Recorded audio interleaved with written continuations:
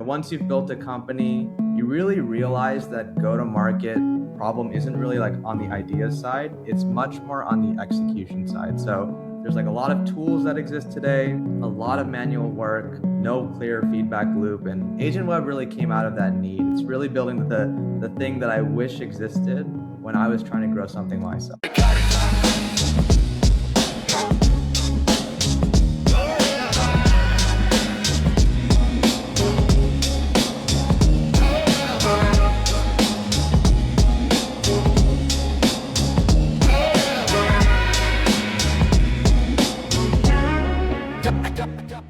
Hey everyone, welcome back to the Ignite podcast. Today we're thrilled to have Harsha Vankayalapati on the mic.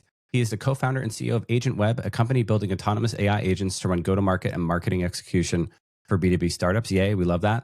Before AgentWeb, Harsha was an engineer at Microsoft. I think we overlap there. Previously founded Thread, another YC company. Today, he's focused on a bold question. What happens when startups no longer need agencies, growth teams, or fractional CMOs? Thanks for coming on, Harsha. Great to be here, Brian. I'd love to get your background. What's your origin story? And is there a unique trauma that drives your founder drive and motivation? So my origin story is I was born in India, grew up outside of Chicago, and went to school in Nashville mostly to escape the Chicago winters. So I studied computer science at Vanderbilt, went on to work at Microsoft, and objectively things were okay there. They were fine, but I was on the digital store team at the time, and my job was basically building go-to-market workflows at the enterprise scale. So that's like newsletters, email follow-ups, book a demo flow, stuff like that. So I got to see how marketing runs at a really big company and when it's operationalized. But even while I was doing that, I kind of kept building little scripts on the side and tools on the side just to make my own job easier. And I've always really been like that, even before Microsoft. I was doing a lot of random businesses, selling stuff online, trying things, breaking things, seeing what worked. YC was really just the point where that instinct got extremely serious. And once you've built a company, you really realize that go-to-market problem isn't really like on the idea side. It's much more on the execution side. So there's like a lot of tools that exist today, a lot of manual work, no clear feedback loop. And AgentWeb really came out of that need. It's really building the thing that I wish existed when I was trying to grow something myself. Yeah. And I love your time at Microsoft. We'll circle back to that and then we'll get to AgentWeb. But like, what did Microsoft teach you about system scale and automation? My big takeaway from Microsoft when I was there is just everything's this like well orchestrated process. And it takes a while for them to decide to do stuff and get all aligned. But once they get aligned at Microsoft, it's a huge like naval fleet of resources coming at a problem. Yeah, I mean, that was honestly my experience as well. Like at Microsoft, I was a software engineer. I joined the team right out of college and very much kind of on the, the bottom of the totem pole there. But it was awesome to see L61 kind of like engineer. Yeah, I was like an L59, I think. 59, yeah. That is like the very entry level engineer, I think. Yeah. Very entry level, yeah. And so it was great to see though, because I think like everyone's super, super welcoming and friendly. It honestly felt very collegiate when I was there, which is part of why I actually enjoyed it a lot, especially when I joined. But yeah, it's like, there's a Navy captain at the top, tells you all the things that you need to do. And then you see it all sort of play out and your specific lane that you've got to drive. And a lot of decisions kind of get made for you. And honestly speaking, that is a great way to grow a career. It just sort of didn't fit how I wanted to work, just because I think I enjoyed the computer science I did in college and in internships more, where I was really responsible from like the start to the end, right? Like if I'm doing a homework assignment, like I've got to set everything up and then I make decisions, they play out, and then, I'm reaping the consequences of that in the case of a grade or in the terms of an internship, like how well the internship goes, right? And I think that at Microsoft, like people make decisions before you. They're probably good ones, maybe they're not, but like you've got to inherit that, build on top of that, and then it just didn't fit as well with my personality type, I'd say. You get into YC, like what was that impetus for the aha moment of Thread? How did that come together? How did you decide to apply to YC and get in? And eventually you went twice, but I'd love to kind of hear about the first founder journey, because that's really incredible. Yeah, definitely. So on the story behind our YC acceptance was actually quite interesting. So me and a couple of my best friends, we were really working on side projects at the time. We were building a credit card rewards app. So the idea was When I started at Microsoft, we were, finally got out of college, just started signing up for a bunch of credit cards, wanted an app that like helped me manage those so that I could basically like maximize my points, ensure that I could get like travel and do all those fun things. I'm kind of laughing here because my wife has a bunch of credit cards and she's like, oh, put that on the Sapphire and put that on the Southwest one. And I'm like, oh my gosh, like it's like so much to manage. It is. It's like, I don't care. I don't get like, I just I'll put it on one card. I put it one card for personal, one card for business. Exactly. Yeah. And I have like, I think I had like 8 at the time or something crazy. And it was just like, this was for dining and this was for travel and yada, yada. Right. And so I was like, there's gotta be a better way. Like, I wish there's almost like a Apple Wallet style app rather that helped us do that, right? Pitched it to a couple of my friends. They agreed. They're like, this is a great idea. Like, let's execute. And so we started building like a V, like negative one of it, which is like a Google Chrome extension that would just like hold your wallets. And whenever you shopped online, it would tell you like which one would give you the best rewards. That was super exciting to go through that process. This was before ChatGPT could just build things for you. We just sort of were doing our own thing for the first time, which was awesome. And I think like that rush like carried over into like applying to YC that first time around. And it was really funny because, luckily we got an interview right that first time. And on the YC side, like we got to the interview, it was Tom Blomfield, Michael Seibel, and Richard Aberman. And they were like, yeah, this idea is not good, but the team is really strong. And so let's just pivot to another idea. And I honestly, like looking back, I think it makes a lot of sense, right? Like we were they're so smart. I mean, nobody launches more startups in YC, right? So they looked at the idea. I immediately was like, that's like a 1% idea. It's not going to get built. Yeah. I mean, today you can very easily build that, which is honestly great. Like, I hope it comes out because I would use it, right? But like, it's not an idea that takes 3 FANG engineers to build, right? Right. And so they were like, you guys have a lot of technical talent and honestly experience. Like we came out of big tech. All of us had worked like 3.5 years there, right? And so we saw these system level problems that were really coming out. And they're like, okay, well, like, why don't you guys work on a problem in that sphere? And so we came up with an idea to really focus on like building incident management tooling. And so from that experience, I think, we like looking back, like we were probably in an interesting spot in terms of like how AI evolved, because we were a little bit too late because there was a set of companies that had already been doing this. And now like I'm watching them kind of get acquired or like do all these partnerships, which is awesome to see. And then there's also companies that came after that are like building these sort of like AI agents for DevOps and those kinds of things. And so we were like in that interesting little band in between that made it tough. And also like we were just kind of right out of big tech, had no idea how to do marketing or sales, and that didn't help us either, right? And so we saw that play out. I think, like on the difficulty was definitely go to market there. From there also, like, we pivoted a couple times to a few other ideas, and same kind of thing. Like, it's always go to market was always our bottleneck and our challenge, right? And I think whether that was selling an idea that we had in our heads or selling a product that we had already sort of built like a V0 of, it was difficult, right? And I think, this time around, like with AgentWeb, I think the learning was that go to market is always going to be the bottleneck, at least at the beginning, right? There's really almost no other thing you could be doing for your business. Especially if you have a bunch of technical co-founders who can crush code, and you got Cursor and Windsurf now, and you could just bang out code. It's really about finding who's going to pay for this thing. Yeah. And I had seen a tweet, or I guess an X post by Paul Graham, which was so Can we still call them tweets? I think we still call them tweets. I guess we can call them tweets. Yeah. I mean, I prefer to call them tweets, to be honest. Yeah, me too. Weird I X'd you or something like that. Yeah, that's weird. Right. It's a little weird. But yeah, so I saw a tweet by Paul Graham, which talked about how he had seen a founder that, I mean, AI is bringing costs so low, like just for the rest of the business, right? Whether that's ops or tech or any of those types of things. And there's like only like one other place you can be putting money profitably, right? Or I guess maybe 2 others, like hiring really, really sharp talent, which is what Meta's doing, right? They're putting millions of dollars into hiring the best AI talent. Yeah, $5-10 million pay packages for AI engineers and stuff. Yeah, sports athlete type deals with them, right? Yeah, and signed you to a 3-year contract with a 4th-year engineer option, MBA style. Exactly.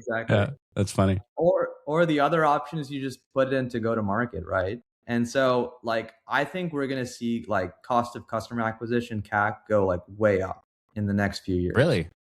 That's Not my down. You think it'll go up? CAC will go up. I think it's gonna go up because I think like attention is a finite resource, right? I think like ultimately there's only gonna be so many ways you can really attract people. And like people are only like they only have 24 hours a day on an individual level, right? And Yeah. people are going to spend that wherever they want, whether that's on LinkedIn or Twitter or TikTok or wherever. And yeah, like getting to the same people is going to be so competitive because everyone's going to pump money into Right. ads, cold outbound or whatever, right? And so if we don't build a mechanism to help sort the best products, I really think we're going to see a situation where very like mediocre products that are very good at marketing are going to like at least capture a large part of the market. And honestly, like I think a lot of the AI burnout that people are seeing today, where like people are just like not as, I guess, bullish on AI as they might need to be, is a lot of the reason is because like some of the products that are really hyped right now are the ones that are like kind of mediocre.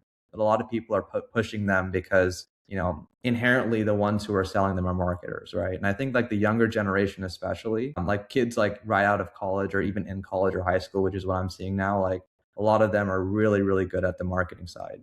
So like when they build a company, they build that with it in mind, right? And so I think that that's kind of where the disconnect's going to be like going forward. At least that's my strongly held belief here. Yeah, that's it. That's an interesting take. So when was the idea for AgentWeb when did it first click for you? Was there a single moment or kind of a slow realization? Was it after you read that tweet or No, so I mean, it's interesting. Like I think being a second time founder, I think the meme is that you realize that the market matters more than what you build. So I think like I learned that just kind of school of hard knocks. Like yeah, market is sort of the most important thing. I mean, same thing with the PMF essay, right? It Yeah. just it really just talks about how market's the most important thing. I would say that it was a click, I think, especially when we started seeing like big wins for clients, right? Because I think a lot of folks that we speak to on a daily basis are like honestly like what I was, right, in the previous startup. Like I was much more technical, really didn't understand how important marketing was, but knew I probably needed to do it. And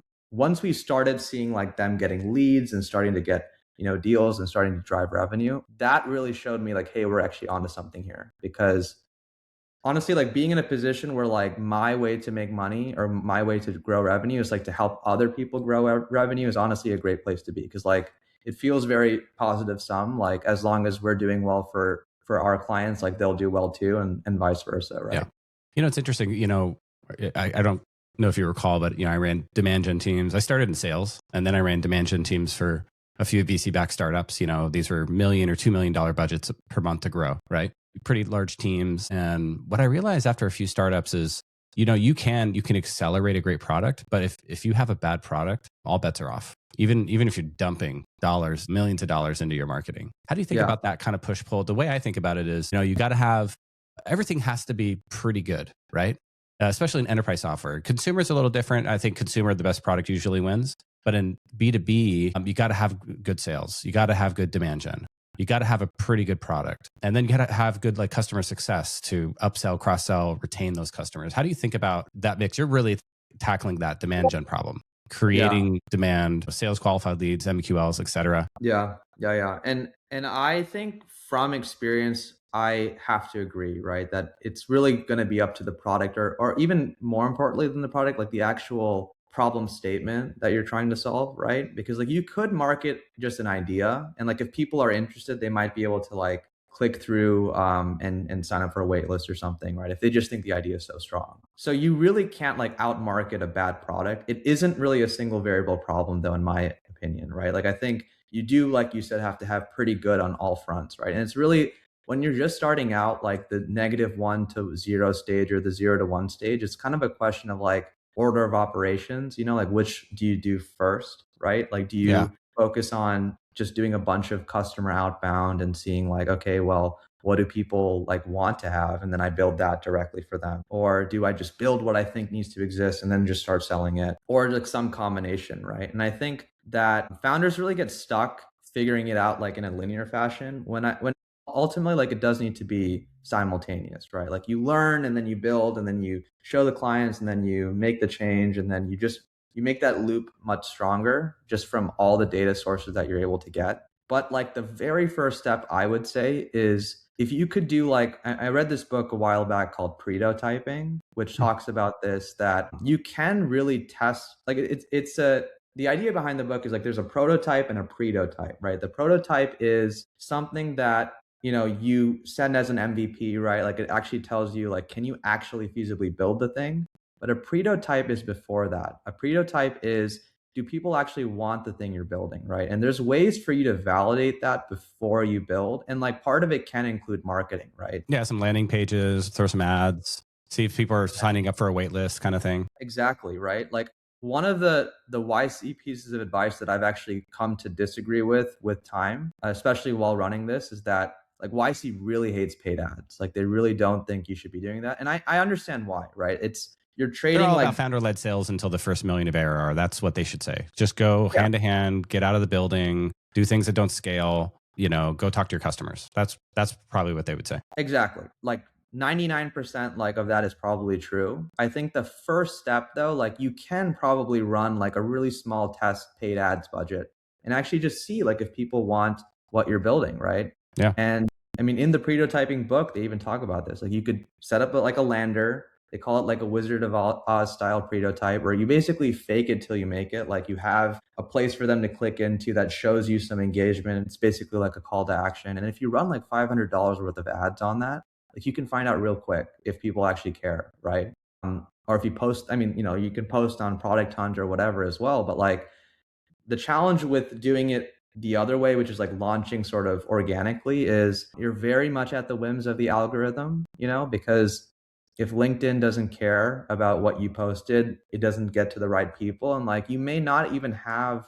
like a problem with your product or even the idea. It just didn't get shown to the right people, right? But if you do a tailored ad, a tailored sort of post that is actually like ran through, ad spend or something like that to actually boost the impression rate, especially to your ICP, and you do that for $500, so you can find out real quick, right, if people actually care. I think that's something that founders might miss, I think, along the way, just hearing this advice blankly. So what is the specific pain point that AgentWeb exists to eliminate for founders? So the specific pain point I would say is that founders like probably shouldn't invest their time in getting really, really good at managing the systems that exist for go-to-market. They should get good at understanding the messaging that works, the problem that they're trying to solve, and the customers that they work with, or even prospects. Right? That all is, a founder needs to understand that. But like the mechanics of go-to-market are confusing today. They were confusing when I started, and they're more confusing today than when I started. And I think they're going to be even more confusing as time goes on, right? Like I, like I had mentioned, I messed around with a few business ideas when I was just starting off. One of them was e-commerce. Like I would just do like drop shipping, for example, right? And back then, like Meta ads was actually like decently easy to use. Like it was very straightforward.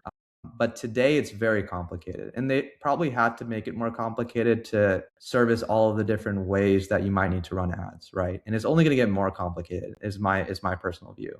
That is how Meta makes their money today, but it's like super hard to get a hold of support, and they care a lot about their really high ticket clients, and they might not care as much about what your issues are, right? And so that's just one example. And then you have like every social media channel, and then you have email outbound. It just changes every single day, right? There's like, do you use like Outlook? Do you use Gmail? Do you use like SMTP or any of these other email like client providers, right? And like, how do you like rotate domains? And I mean, each of these different marketing channels has their own sort of game you have to play, and it's just going to get more complicated, right? And I think that founders could spend the time and the energy, like I've seen like 4 hours a day is like what you should be doing for go to market, and you could learn it, and I think most founders are able to, but like that also takes time away from building and talking to customers and working on product, right? And I think that like if the split could get made where founders do what they want to do, which is like building product, talking to users, iterating, etc., whereas go to market can get outsourced, and which is what founders typically are doing today too. Like they are outsourcing it, whether that be to tools or like agencies, right? Because they wouldn't exist if it wasn't a problem. And so I think that for like our specific use case, agencies are really the competitor I think we're going after, right? Because I think my experience has been that they don't understand like the founder journey as much. Like they're really built for like the traditional type of SMB, but like startups are just very different in how they operate. Yeah. So Why now? Why do you believe marketing and GTM are especially ripe for autonomous agents? So, like I had mentioned, I think CAC is going to increase as time goes on. And we're kind of like, I mean, Sam Altman had said this, like we're in like entering the fast fashion era of SaaS, right? I mean, Lovable is doing super well, like getting, prosumers building pretty good apps as time goes on, and they're only probably going to get better, right? Like there's other vibe coding tools out there like Base 40. You could use Cursor directly if you wanted to. And so there's going to be a large influx of products, right? Some are going to be mediocre, some are going to be really great, some are going to be really bad, right? And so like sifting through all of that, I think the attention economy is going to become where the actual battle is going to need to happen. And I can tell that this is the case because like Lovable has mentioned in the past that they want to help founders actually go to market with their products, right? But that's a whole other ball game. And that they announced that like a year ago at this point, or at least like close to a year ago, and they haven't made way on it yet because it's super difficult. Like it's its own startup, right? Like we are in this space and we haven't solved even like, I want to say 10% of the problem because there's so many different ways that go to market can go, right? And so finding the I'd love right. to hear what's the 10% you've solved, and what's the other like 90% that you're looking forward to solving? Yeah. So the 10% we've solved is, well, one is like we've solved the nurture piece, right? So we can help brands really get in front of their clients on a regular basis. We do that through like SEO, AEO, right? So we can help them, for example, place on Google search or even these LLMs, right? And so there's interesting ways that they differ as well as ways that they synergize. We can also develop posts that actually sound like the user, right? Like that was a whole problem that, I mean, LLMs just have a very generic way of sounding. And something that was very important to me is like if I'm making posts on LinkedIn, which is like how we've been able to drive a lot of traffic ourselves, it should sound like I wrote it, or at least make it in such a way that I can remix it and add my own ideas to it, right? And so we've built it with that in mind as well. We've gotten a lot better at the image side too. I think that like ad images when we started were just so easily able to be told that it was AI. But like as the models improve, we're noticing that it's actually getting very, very close to being like photorealistic, or at least, not, there's no difference really between doing that or running it yourself via like Photoshop or something like that, which is like a great place to be. I'd say that the parts that are hard on the content creation side is like video has been a big challenge for us. You could ship a video with the product, but like it doesn't pass our bar even, which is like, we want to be almost higher than our customers because like we don't want to ship a product that's bad and like have people basically have a bad experience, because like it is very much like a results oriented product, right? Like if you're not getting the right results with your ad sets, for example, then you're not going to drive revenue, and then you're going to be unhappy with what we've developed, right? But then beyond that, there's like so much more. I mean, there's like cold outbound, running those campaigns. There's going on the different social media channels too, right? So like exploring on like what you can do on X and TikTok and Instagram, not Instagram, but like LinkedIn specifically on their ads platform, right? I mean, there's just so many different arenas that you can play in. Each one is its own different battle. Yeah. How do you think about autonomous GTM versus traditional marketing automation? Because a lot of these automated tools, I mean, I was a Marketo certified expert, almost 15 years ago now, right? Doing all this stuff, sending emails and sending ads and lead scoring and following up. But it was very manual to program it. In the previous startup, like I used, for example, HubSpot, which was like, this more traditional marketing system, Man, right? their pricing went way up. Speaking of CAC, Yeah. wow. You start looking at some, a CRM with some basic sequences, like $1,500 a month per user. I'm like, what? Yeah. Crazy, so expensive. Man. And I think like HubSpot is so fascinating to me because like they weren't built like AI natively, right? And I mean, to be clear, it's not clear today if you need to build AI natively. Like we're taking the bet that you need to, right? But maybe HubSpot, they have some AI features, but they weren't built with that in mind, right? And so one of the challenges that I've seen with HubSpot, and this is just my own experience, right, is I came into HubSpot as someone who actually was familiar with the CRM. I worked every single day with Dynamics CRM at Microsoft, right? And so I had to notoriously difficult CRM to work with, by the way. Right. And so I actually knew how to like navigate my way around a CRM on a technical level from using Dynamics, right? And like they have Power Automate, and that lets them sort of, create, BI documents, that kind of thing, right? And so I had a lot of experience even on the CRM side. And even I found it difficult to like hop on, use HubSpot, actually set everything up, and not for lack of ability, but probably for lack of time, because I think like there was just better things for me to be doing as a founder, like going and actually just executing on outbound or like talking to potential users, that kind of thing. And so like I HubSpot think back when I ran demand gen teams and I had like a 10, 12 person team, we'd have like one or two people just doing the email marketing automation stuff. That was their whole job. Yeah. And then you have one or two people doing the ads. And then you have one or two people doing the design and the copy and so forth. And it's not easy to run demand gen with last gen tools. Yeah, it's very difficult. I mean, it's a full team's worth of job, right? Like you said. And I think a founder doing that is like it's even crazier, right? Because they have to be the whole team, and they're probably not doing everything they need to be, just everything they need to do. And they're not an expert in all those tools and how to do it and how to execute. And exactly, yeah. And I think like the first step for what we're building is that it needs to be. I mean, the agent should actually help you with that execution, right? It should become like a partner that actually tells you like, here's what's good, here's what's not good. And that actually will end up being probably our moat at the end of the day, because not just myself, but even the team has like almost 20 years of go-to-market experience between us, right?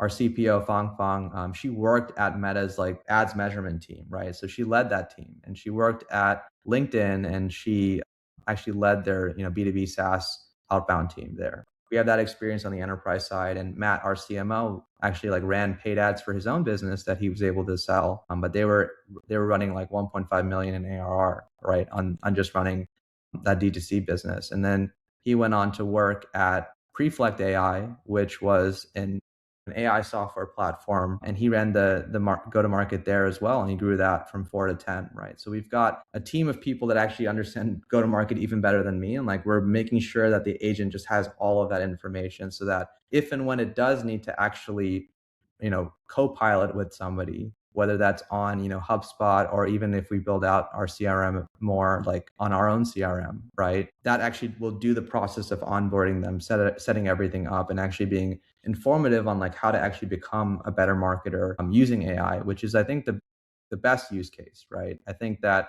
like humans should do what they're really good at, and then AI should do what it's really good at. Yeah, what I love about building MarTech, selling it, and investing in it is that there's this feedback loop of dog fooding your own product to sell your own product, right? So you guys are probably in your product every day, using it to generate demand for your own product. Tell us about that. Yeah, I mean, it's a great feedback loop, right? Because I think one of the best ways to drive our business forward is to like prove that we can drive our own go-to-market.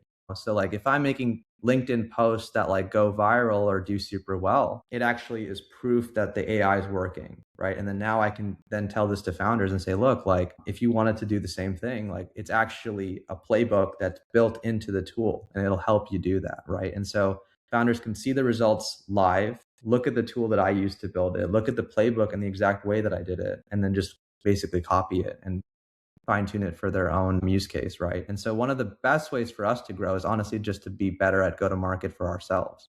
That's just on the founder branding side, right? Like if we're placing super high on SEO, same sort of thing, right? Like we can show that, hey, we were able to do this for ourselves. Like here's how we would do it for your business, and then run the playbook there. And then lastly, on the paid ad side, it's the same kind of thing. It's a very great feedback loop between like, if we make our go-to-market better, we can get better clients. If we get better clients, we actually get better wins with them. And then we can have better case studies and then get better clients yet again, right? So it's actually, I mean, it works extremely well in that model. Yeah, amazing. How do you decide which parts of marketing should be fully autonomous versus having a human in the loop? Yeah, I mean, we had to figure that out just by experience, right? Like, we started this saying like, how much can we put on AI? We probably put a bit too much when we just started, right? Because like we were trying to get it to do like video scripts, like writing the scripts for the ads, like, even like analysis of the ads at the end, right? And so like once we went through that loop, I think we figured out like, okay,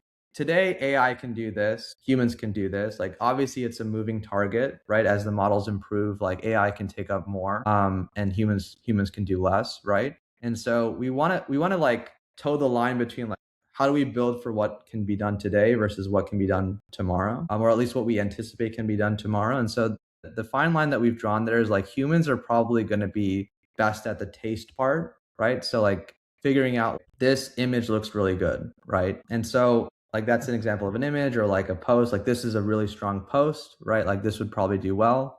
So humans are really good at that analysis part, right? And so that can be done probably in a shorter period of time than it takes to actually make the content or make Kind of the taste, right? They kind of look at it and go, yeah, that's tasteful. Yeah, exactly. And so with that in mind, right? So like how can we enable AI to do the heavy lifting of content gen or even like, generating the headlines for the ads or generating the email copy, right? Like how can we make sure that AI gets all the tools it needs to actually do the work? And then humans are at the end just approving and rejecting and then adding the changes that are needed. And that process we found to be a loop that actually is highly scalable, right? Because at the end of the day, like I think a lot of people in AI are saying that humans will probably move towards more QA. I mean, that's what we've even seen on the coding side, right? Because if I'm running Cursor and I'm having it basically build a product for me, like I run it at the end and I'm like, okay, this doesn't look quite right. Like go ahead and change this. Like I'm rarely, if ever, going into the code itself and actually making the updates. And so I think the same kind of thing is there too. Like maybe on the image side, like I go and put it in Figma, maybe like add some text or remove some text or something, but it's doing like 90% of the work there, right? So it's almost I'm kind of like, laughing because every QA engineer I've ever known wanted to get out of QA, and go into regular full stack yeah, it's dev. funny. Like I think people are like really like I think split on the future of AI, right? Because I think like half of people are like, okay, great, like we can go back to doing jobs that are much more QA, but like people that are actually QA engineers, like actually I don't know if I like this job that much. Yeah. And it's the same kind of thing with like other jobs too. Like I think I saw a post that was like, do you really want to go into like vocational jobs because they are kind of tough and like they're really hard to do. And like Yeah. if AI gets really good at all the laptop jobs, and those are the only types of jobs that'll be left, right? So it is Yeah, fast. it's like creator versus editor, right? Some people really like editing. Like that's me. Like a lot of times when I write, I'll kind of talk to the AI for 5 or 10 minutes about what I want to say. It drafts the article and then I get to edit it. And that's kind of my writing process now with AI. But some people are like, no, I'd rather write it all out and create it from scratch. And the editing part they don't like. Yeah. So I think you're kind of describing that dichotomy or that push pull between editing and creation. Yeah, that's actually so I've never thought of that split, but it's so fascinating. I'm looking at my own workflow. Like I find myself doing both, like at times. Like sometimes I'll have an idea that I'm like, okay, like AI, take the seed and just like plant a tree with it and see kind of how it grows. And then I go in and maybe like edit it how I want. And like sometimes like I'm just like, you know what, like you know what to do. Like I'll go in and maybe like make some edits at the end. So I think like it's interesting to have those two processes kind of how people operate, right? And building it in a way that actually lets you do both. Because like that's actually kind of implicitly how we've done it. Like parts of it is like you can have the images get made from scratch and you go in and like snip around and edit it. And the other side is like, oh, actually like you can prompt it in and then actually generate the image exactly how you want it to. And then it, do some revisions on that as long as it fits your brand. So let's talk a little bit about building with AI agents. They're powerful but brittle. What's been kind of the hardest reliability challenges you face as you start to scale? Yeah, that's a good question. AI agents, like the reliability challenges I think are largely because of the model shifting a lot, right? So I think the goalposts are moving super fast in a way that we haven't seen in tech before. I mean, breaking changes get put into like open source products like all the time, which like just it actually freezes you in place. And so like they might be making changes ahead of you, but like you can't even make the update because it might break your code base, right? Like we've had that experience with some of the internal toolings that we've used. And so I think like the fact that it's such a fast moving industry is the biggest challenge, at least from a traditional developer perspective, right? Like that's why I think it's fascinating to watch like the younger generation go at it because they don't have this concept of like, hey, things need to be stable in terms of like a stable ground to build on top of. Like they actually will be totally okay rolling with the punches and like letting the models just change and then like things break, but that's fine because like they'll just update their process and they don't have like a marriage to the processes, right? And I think that I think is largely where those reliability issues will come from.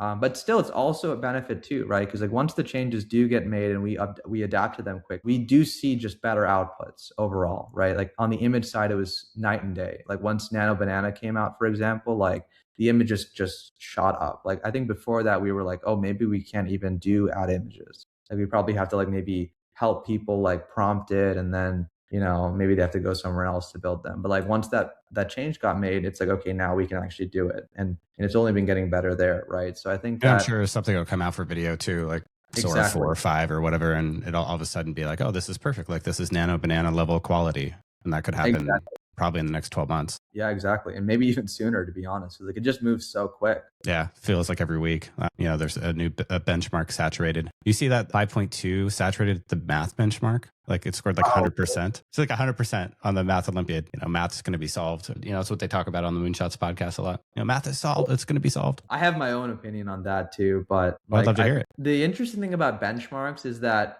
like I don't think they actually like approximate usage that well, because like we had seen even before, like with GPT-5 when it got released, that it was just crushing the benchmarks, right? Like math, science, whatever, it was just top of its class. But like you could see it struggle, I think, right? When you would ask it even basic like arithmetic questions, and I think that I'm sure you could do the same thing with like 5.2, right? Like I'm sure there's like questions that people will find that it just fumbles at. And I think that like humanity's last exam, I think, is that benchmark, and I think it's still at 30 or 40%. Yeah, exactly.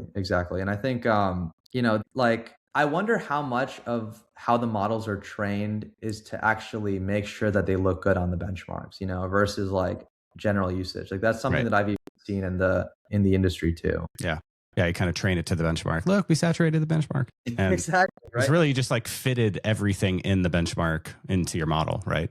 Exactly. Right. And so, yeah, of course you get 100% because like you put the whole benchmark in, right? And so, that actually will allow you to, crush the benchmarks, right? But I think like you could argue that's what students do when they take like a SAT or GMAT test or something too, definitely. right? You're just kind of fitting it into a neural net, like all the possible variations of all the questions. And is that really real intelligence, right? Really interesting problem.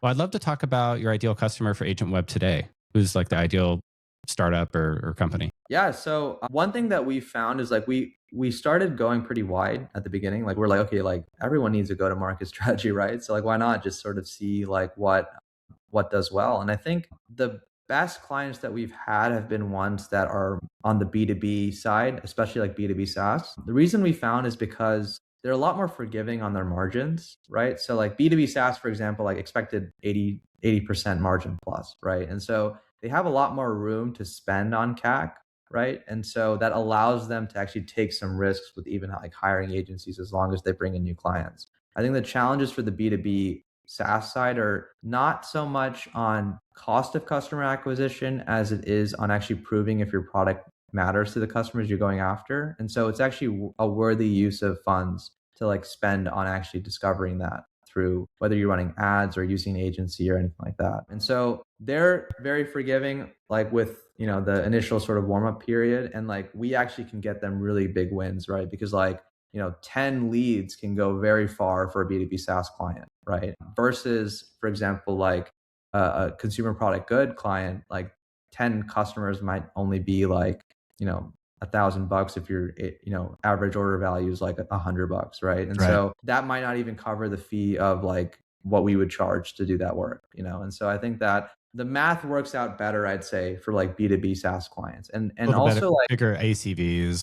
Yeah, exactly. Bigger ACVs, like longer long tail, right? Like, the LTVs are much higher, right? So it just ends up working out better. I also think folks who are much more focused on like brand can work well with us too. So it can also be B2B SaaS, but we've seen that even like on the deep tech side, because like in the process of training out our agents, it's gotten really good at even understanding deeply technical concepts and writing content around it, right? So we had a client that was building like a manufacturing robotics company. And so we were writing blog posts that were deeply technical that I wouldn't even understand if I read it, right? But it actually passed their bar that they've actually put on their site, right? And so that means that the agent's gotten really good at understanding really deeply technical knowledge as long as you put in the information up front. And it can actually remix that and create content using the right parameters. When did you know you were onto something? You're like, okay, we have something here. Yeah, I think the comparison between how this journey has gone relative to the previous one, I think like we tried a bunch of ideas in the first startup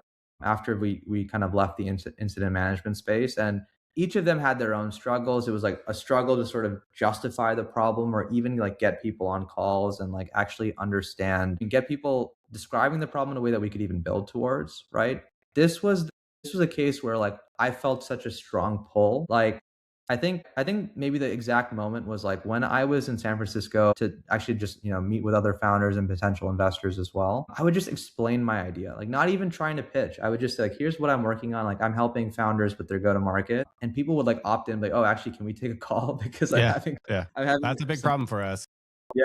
And so I'm like, well, yeah, happy to do so. Right. And we've ended up, closing a few of those clients. And I think that really shows to me that at least like directionally, the idea is the right way to go. Right. Whether or not the tool itself is a perfect tool is like probably not true, but like at least, the moonshot vision, the North Star is correct. And I think that means that we'll grow in that right direction as long as we keep talking to people and getting their feedback. So how does it work? For founders out there listening who might be interested, like what's onboarding look like? What does pricing look like? What kind of CAC have you experienced on the platform? All those. Yeah, it's a great question, right? So we've got really, I guess, two different paths, right? So the first easiest path is just onboarding onto the product itself. So that, what you would do with that is you just sign up with our sign up link that's on our website.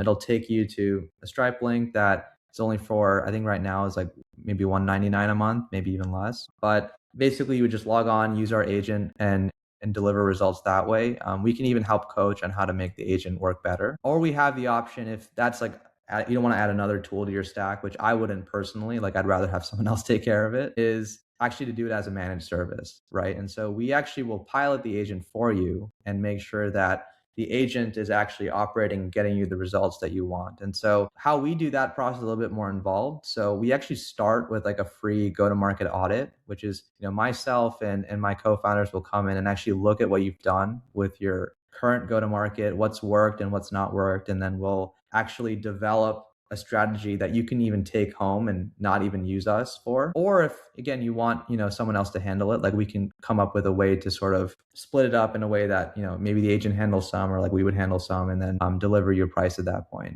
And so the way that we typically do that is it's either, you can either do brand building, lead gen, or you can do both at the same time. For the brand building side, it's $2,500 a month, which is actually highly competitive with an agency. Like if you were to treat that with look at an agency on the market, like the lowest price ones I've seen are like 5,000 a month. And those are actually like kind of mediocre. The ones that are probably going to be good are like 10,000 a month, right? And so we can save all that money for our clients because we're just using agents in the background. Like we don't have to pay any marketers at the bottom level to really do this work.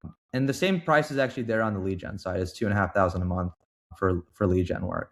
And so to do both of them, we're actually doing that as a bundle at $4,000 a month. And so then we would just handle both of them for you. Wow. We'd make sure that you're getting lead gen, which is like cold outbound and paid ads, or we would do, brand building, and that would be like SEO posts, newsletters, founder posts, right? Making sure that you're getting good founder posts out there as well. And so we wrap that all up as $4,000 a month. And we think that that's been like a price point that a lot of folks have been really excited about. Yeah. And then how long until founders know it's like working? Like what does success look like, 30, 60, 90 days? We've seen success internally in like as little as the first ad run if we're going to do lead gen for folks, right? Like it's actually super clear when it's working and it's almost like immediate, right? And so I've had that experience. It's super exciting to watch, honestly, like as a person who's like making it happen for someone else. Cause like run ads, like we did this for a client where we ran only $500 worth of ads and we got them like 168 leads just from that spend. And I was like, wow, this is like PMF if I've ever seen it. Yeah, the cost per lead of $3 is off the charts good. It's crazy. It's crazy, yeah.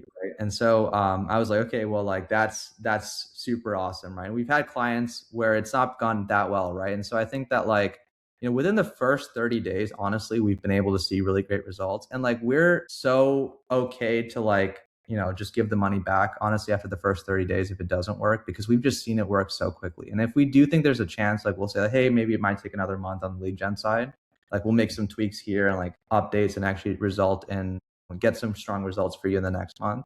But we're not like really super interested in like, hey, we'll keep you on board just to sort of pay our bills if it's not working for you, right? Like we'd rather work with folks where we're also delivering value on our end. And so like those are the ones that I think we're the most excited to work with too. And like they're the ones that are most excited to work with us.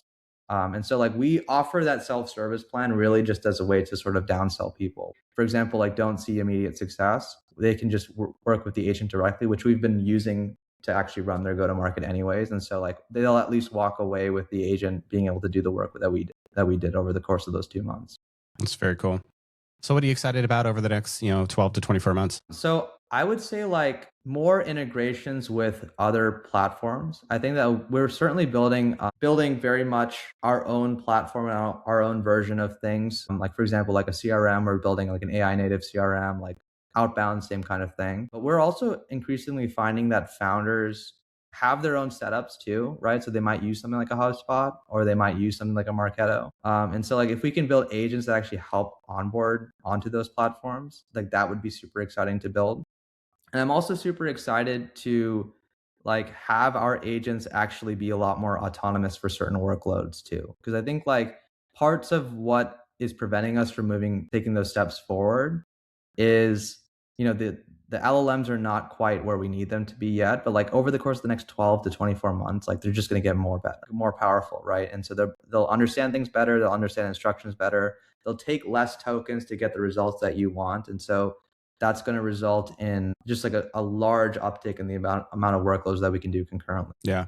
What about the long term? What does success look like over 10 years? So yeah, it's a really good question. I think, in the 10-year time horizon, if AgentWeb gets to the point where it's, handled the marketing side, right? I think we would then move on to covering more of the business, right? We would cover sales, customer success, and build out agents for those processes as well. I think that in an ideal world, this becomes basically a companion to something like Lovable, right? So like you would use Lovable to like build your product, and maybe over a 10-year horizon, like maybe we even build something like that, like a vibe coding tool or like a tool that helps you even launch a product. But I think AI would get sufficiently advanced in the future that you could just use whatever ChatGPT 7.3 is and just say, hey, just go make this for me. Yeah, exactly, right. And so you build out your tool, right? And then this would do the process of actually finding a market for your tool, And so I don't know, I don't have an opinion yet on like the agent to agent market, because like that's a whole other ball game. And like if it ends up taking off more, like we'll certainly build towards it. And that might require its own different realm of what marketing needs to look like. However, like in the case of, you're marketing to people, they buy your tool and they use it. That equation would be, we would want to handle the piece of like, hey, how do we get the product to market and like go across channel, right? So, marketing, sales, customer success, help you actually, grow your business very, almost like, I guess like vibe grow your business kind of thing. Vibe growth. I like that. You got vibe code and you got vibe growth. Yeah. Yeah, exactly. Vibe grow. I love that. Well, let's wrap up with some rapid fire. What's a strong opinion you hold about marketing that most people disagree with? I would say like, paid ads is actually a totally realistic way to grow your business. And yeah, you said that. Another one I would say would be, I think PLG is actually not the right way for a lot of startups to grow. I think it's actually better to do marketing led, or I guess founder led.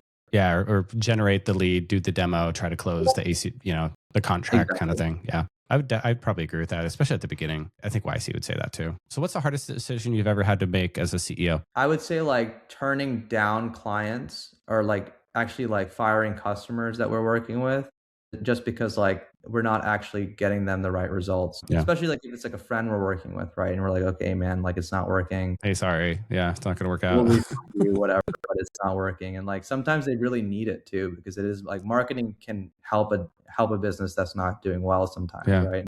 It's tough to see that happen. Yeah. What founder behavior do you think will disappear because of AI agents? I think that the behavior, like I actually think 996 might disappear. The reason for that is because like today people are doing 996 because like, well, one, it's like fashionable, I guess, to sit in your house all day and sort of vibe code a behemoth of an app that maybe people will use, maybe they won't. I think that like as AI agents improve, like I have some friends that are even building towards this, right? Which is like, I have a friend who's building an app that actually lets you like voice code your way through a product and actually like ship out these tools, and you can be on the move and do that. And I think that that's like, if products like that take off, I'm super excited for like that future world, because that means that you don't have to be sitting at home and just on front of your computer to actually deliver really good results. Like you can be out and about, like social, go to the gym or whatever, right? Like I think that's the promised future I'd say that AI agents have, that like it actually will be a lot less work and a lot less computer work. And I think people will just become healthier. Yeah, I think working at 996 is completely unsustainable. Don't do that. Like maybe a 9-7, 5, and then 4 hours on Saturday or something. Yeah, like that's kind of what I work. I start work about 8, kind of finish at 6 or 7. Maybe I throw another hour in the evening sometimes. I'm working 50, 55-hour weeks, and I feel like that's right at the edge of like sustainable. Yeah. And then, once you start getting to that 60, 70, and I worked on Wall Street, I've worked in lots of startups. It just starts to get like, just your brain gets foggy and you start making mistakes and your health starts deteriorating. And I think in the SF world, like it's really fashionable today to do it. And I've met plenty of founders that do it today, right? And I think that like you just start to see like the life leave them after a few weeks. Like it's like, hey man, like this might actually not even be that good for your startup, like if you're doing that much work. Yeah, probably working too hard. You got to work at sustainable level. I mean, you could do short bursts of that, like, hey, we're trying to make this deadline, we're trying to onboard this big customer. At some point, you're like, okay, I just need to, work a 40 or 50-hour week to kind of recharge. Yeah, definitely. What's one thing you're actively unlearning, either from your previous startup or Microsoft? I think like in the previous startup, I was a lot more timid in terms of like even like doing marketing or just like even like talking with the team.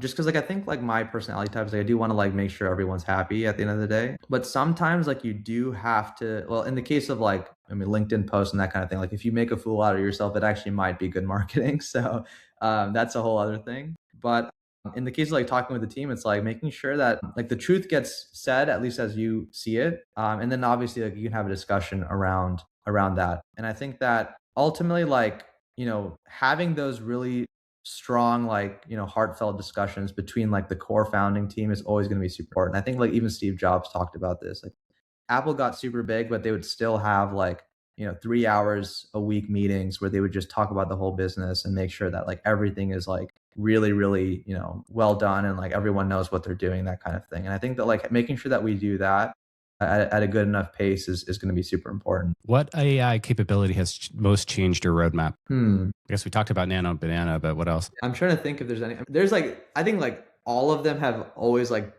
rejiggered kind of the trajectory of the company, right? Like when we started, it was like all about like sort of browser agents, and then that whole sort of like wave of browser agent tooling actually is like what really helped us start off AgentWeb as like building out the initial sort of agent that would go out and do marketing work. Then like image APIs came out, and then they got a lot better, and that allowed us to, it actually unlocked for us a new like wave of content that we can develop, right? And so I think like the next big one will be probably video. Like once that gets really good, I think that's going to actually change the paradigm of how marketing even looks. And I think like Sora, in my opinion, Sora 2 got very close, right? Because like I made a post like where I was like shaking Sam Altman's hand, and it just like looked so realistic that I had people telling me like, "Oh, you met Sam Altman? That's crazy!" Like, and so I think did go like, to YC twice, so yeah, I mean, chances are you meet him like at least once. Yeah. And I think that like that whole process was super interesting to watch, and I think that like as video improves, I think it's just going to unlock a new wave of business too. And I think that like the last change, I think that like we've been observing, and so we're building kind of around it without like directly kind of interfacing with, is like honestly Meta's AI advances. Like I think they're going to start making it so that the ads that are generated through their platform are going to perform super well.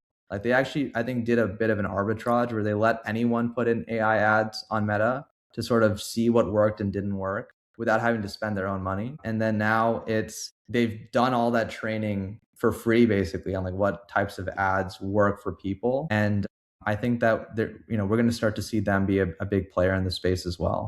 Last question. If you had to start over again on AgentWeb, what would you do differently in the first 30 days? I think in the first 30 days, I would have focused a lot more on how can we get in front of users quicker, and like focus less on launching and like making sure that, we make a big kind of hurrah about what we're doing. Because I think like the product evolved a lot from then. Even like we started off, actually started off as a generic agent, right? So like back then, like, Manus was super popular, and we were kind of building a tool that was a generic agent that like maybe was competitive with Manus, but like kind of had its own flavors. And I think that like we launched that, got some feedback, and then like sort of reiterated. And then from there, I think the decision got made that like, hey, like let's just look at what our team is strong at, right? Like we've got 20 plus years of go-to-market experience on the team.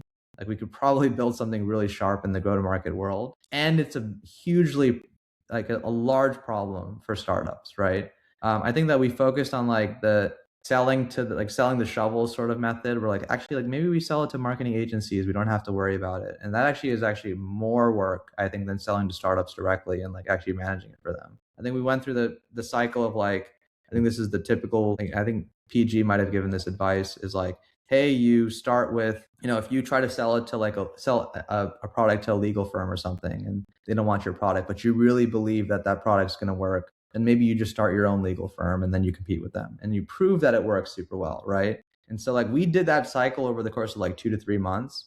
I think we could have just done that in the first 30 days. Like, hey, actually, like let's just prove that this tool is going to work extremely well. Like we'll just become the agency and do everything that we can to like be a marketing agency and then just start going after it, which is sort of what we're doing today, right?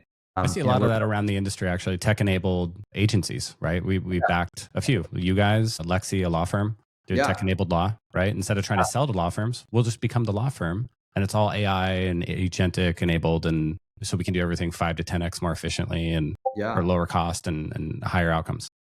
It's kind of a business model right now. I don't know what to call it. It's like agentic, verticalized, tech-enabled services or something.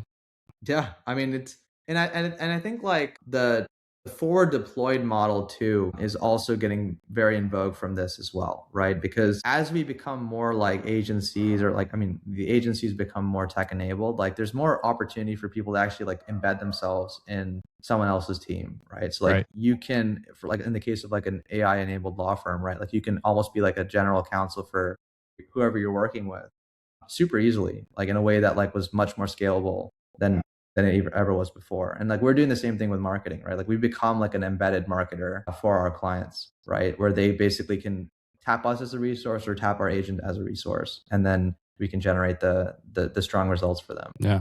Well, Harsha, thanks so much for coming on. Learned a lot. Thanks again. Thanks so much, Brian.